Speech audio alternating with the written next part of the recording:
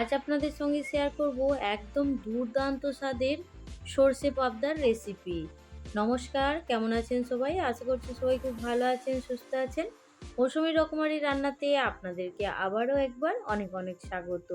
প্রতিদিনের মতো আজও দেখুন একটা সুন্দর রেসিপি নিয়ে চলে এলাম আপনাদের কাছে। আর আশা করছি আপনাদের এই রেসিপি ভীষণ ভালো লাগবে। এবার বন্ধুদের কাছে একটা ছোট্ট রিকোয়েস্ট করব, আজকে যারা প্রথম আমার চ্যানেলে ভিজিট করছেন, আপনাদেরকে যদি এই মাছের রেসিপির কোনো অংশ ভালো লাগে অবশ্যই আমার চ্যানেলটা সাবস্ক্রাইব করে পাশে থাকবেন আর বেল নোটিফিকেশানটা অন করে দেবেন। আমি যখন যে কোনো সময় ভিডিও আপলোড দেব সবার প্রথমে আপনাদের কাছে চলে যাবে। তো চলুন আজকের রেসিপিটা শুরু করি। সবার প্রথম একটা মশলা রেডি করে নেব। তার জন্য একটা বাটি নিয়েছি। এবার বাটির মধ্যে দিয়ে দেব সাদা কালো সর্ষে। তো আমার এইখানে সাদা কালো সর্ষেটা মেশানো আছে, সেই জন্য আমি এইখানে 3 চামচের মতো সাদা কালো সর্ষে নিয়ে নিয়েছি।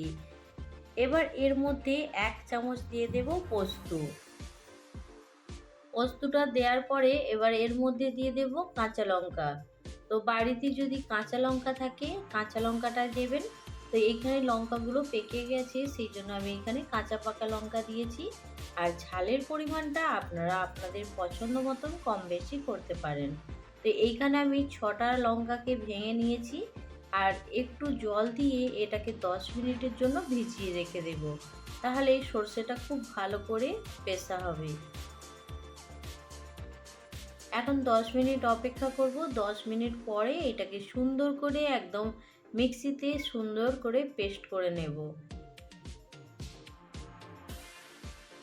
এবার দেখুন বন্ধুরা, মাছটাকে আমি অফ ক্যামেরাতেই সুন্দর করে একদম ধুয়ে পরিষ্কার করে নিয়েছি। আর মাছটার সাইজটা দেখলে আপনারাও বুঝতে পারছেন কতটা বড়। ক্যামেরাতে হয়তো অনেকটা বড় লাগছে না, কিন্তু মাছটা অনেকটাই বড়। তো আপনারা দেখে বুঝতে পারছেন। আর এই মাছটার দাম জানেন মাত্র 160 টাকা। এটা যদি কলিকাতার মধ্যে হয় তখন কিন্তু 500 থেকে 600 টাকা কিলো এই মাছ বিক্রি হবে। আর আমি যেইখানে মুম্বাইয়ে থাকি, ব্রিটিশ স্টেশনের সামনে একটা মাছ বাজার আছে।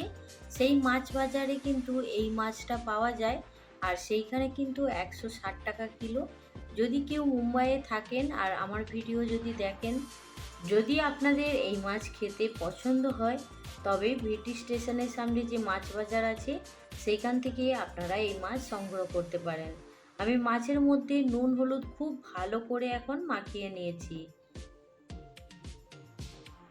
আর এর মধ্যে অল্প পরিমাণে তেল দিয়েছি, তাহলে খুব একটা ফাটবে না। যদিও বলে তেল দিলে ফাটে না, কিন্তু আমি তো বলবো তেল দিলেও ফাটে আর না দিলেও ফাটে। আর এইখানে দেখুন আমি মাছটাকে সুন্দর করে মাখানোর পরে গ্যাস অন করে একটা কড়া গরম করে নিয়েছি। এবার কড়ার মধ্যে দিয়ে দেব তেল। তেলটাকে খুব ভালো করে গরম করে নেওয়ার পরে গ্যাসের ফ্লেমটাকে একদম লো করে দিয়েছি। এবার মাছগুলোকে আস্তে আস্তে দিয়ে দেব। আর মাছগুলো এত পরিমাণে ফাটছিল, আমি তো গ্যাস থেকে 3 হাত দূরে ছিটকে চলে যাচ্ছিলাম।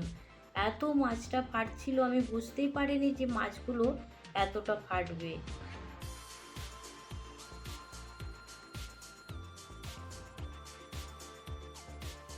তো এইখানে দেখুন আমি অনেকটাই দূর থেকে মাছগুলো দিচ্ছিলাম।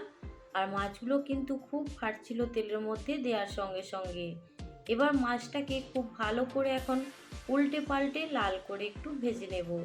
খুব বেশি কড়া করব না, তবে একটু লাল করে ভেজে নিতে হবে।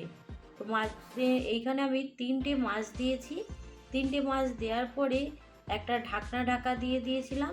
তারপরে দেখুন কিছুক্ষণ অপেক্ষা করার পরে এবার মাছটাকে উল্টে দিলাম। উল্টে পাল্টে লাল করে মাছগুলোকে ভেজে নেব। মাছগুলো এত বেশি ফাটছে যে সবগুলো ভেজে দেখানো একদমই সম্ভব না। সেই জন্য আমি 3টে মাছ ভেজে আপনাদেরকে একটু দেখিয়ে দিলাম। আর এইভাবে বাকি মাছগুলোকেও সুন্দর করে ভেজে নেব। এইখানে মাছটা ভাজা হয়ে গেছে। এবার মাছটাকে প্লেটের মধ্যে এখন তুলে নিচ্ছি।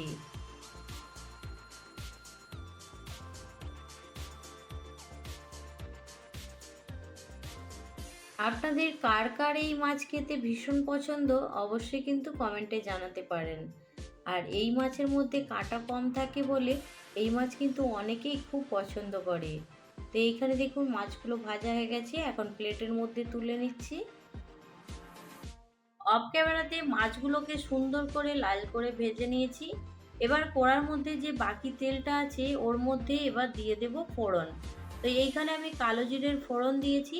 কালো জিরের ফোড়নটা যখন একটু ভাজা হয়ে যাবে তখন এর মধ্যে দিয়ে দিতে হবে আদা বাটা। আর আমি এখানে 1 চামচ পরিমাণে আদা গ্রেট করে নিয়েছি। আদাটাকে একটু নাড়াচাড়া করে নেওয়ার পরে এবার এর মধ্যে দিয়ে দেব টমেটো পেস্ট। তো আমি এখানে দুটো মিডিয়াম সাইজের টমেটোকে সুন্দর করে একদম দেখুন মিহি করে পেস্ট করে নিয়েছিলাম। তারপরে দেখুন এবার এখানে তেলের মধ্যে দিয়ে দিয়েছি। এবার আদা আর টমেটোর কাঁচা গন্ধটা চলে যাওয়া পর্যন্ত একটু কষিয়ে নেব। তারপরে যে মশলাটা আমি রেডি করে রেখেছিলাম সেই মশলাটা দিয়ে দেব। এইখানে দেখুন আমি দিয়ে দিয়েছি 1 চামচ পরিমাণে লঙ্কার গুঁড়ো, কালারটা সুন্দর আসবে। আর এইখানে 1/2 চামচ পরিমাণে দিয়েছি হলুদ গুঁড়ো। সব কিছু খুব ভালো করে এখন কষিয়ে নিচ্ছি। আর এখানে সব কিছু কষানোর পরে এবার মশলাটা দিয়ে দেব। এখানে যে সর্ষে পোস্তর মশলাটা একদম বেটে রেডি করে রেখেছিলাম সেই মশলাটা এখানে দিয়ে দিয়েছি। দিয়ে এইখানে আমি 1 থেকে 1.5 মিনিট একটু মশলাটা কষিয়ে নেব। তবে খুব বেশি সময় ধরে কষালে তাহলে মশলাটা তেতো হয়ে যাবে। যেহেতু এখানে সর্ষে পোস্ত আছে সেই জন্য মশলাটাকে খুব বেশি কষাবো না। এখানে মিক্সির বাটিটা ধুয়ে একটু জল দিয়ে দিয়েছি। আর দেখুন মশলাটাকে একটু কষিয়ে নেওয়ার পরে এবার এর মধ্যে পরিমাণ মতো জল দিয়ে দেব। মশলা কিন্তু আমার কষানো হয়ে গেছে। এবার এর মধ্যে স্বাদ মতো নুন দিয়েছি। আর খুব সামান্য পরিমাণে একটু চিনি দিয়েছি। চিনিটা কিন্তু একদমই অপশনাল, যদি আপনাদের মনে হয় দেবেন, আর না দিলেও কোনো সমস্যা নেই। এবার এইখানে আমি 1 গ্লাস পরিমাণে জল দিয়ে দিয়েছি। জল দিয়ে এবার জলটাকে একটু ফুটিয়ে নেব আগে। এখানে দেখুন মশলাটা ফুটে উঠেছে। এবার এর মধ্যে ভেজে রাখা মাছগুলো দিয়ে দেব। আর মশলার স্বাদটাকে আরও একটু বাড়ানোর জন্য আমি এখানে অল্প পরিমাণে একটু কাসুরি মেথি দিয়েছি। এই কাসুরি মেথিটা দেওয়ার জন্য কিন্তু মাছের যে রসাটা হবে, মশলাটা খেতে কিন্তু দুর্দান্ত হবে। এখানে দেখুন এবার মাছগুলো আমি একটা একটা করে এই মশলার মধ্যে দিয়ে দিচ্ছি। দিয়ে এবার খুব ভালো করে 2 মিনিট খুব ভালো করে ফুটিয়ে নেব। তাহলে মাছটাও সুন্দর সেদ্ধ হয়ে যাবে আর মশলাটা মাছের ভেতরে চলে যাবে। এখন গ্যাসের ফ্লেমটাকে লো করে দেব। একটা ঢাকা দিয়ে 2 মিনিট অপেক্ষা করব। 2 মিনিট পরে এখন ঢাকনাটা খুলে একটু দেখে নিচ্ছি। বাহ, মাছের রেসিপিটা দেখুন দেখতে দুর্দান্ত হয়েছে আর খেতে তো অসম্ভব সুন্দর হয়। অবশ্যই কিন্তু এই সর্ষে পাবদা একবার এইভাবে বানিয়ে দেখতে পারেন।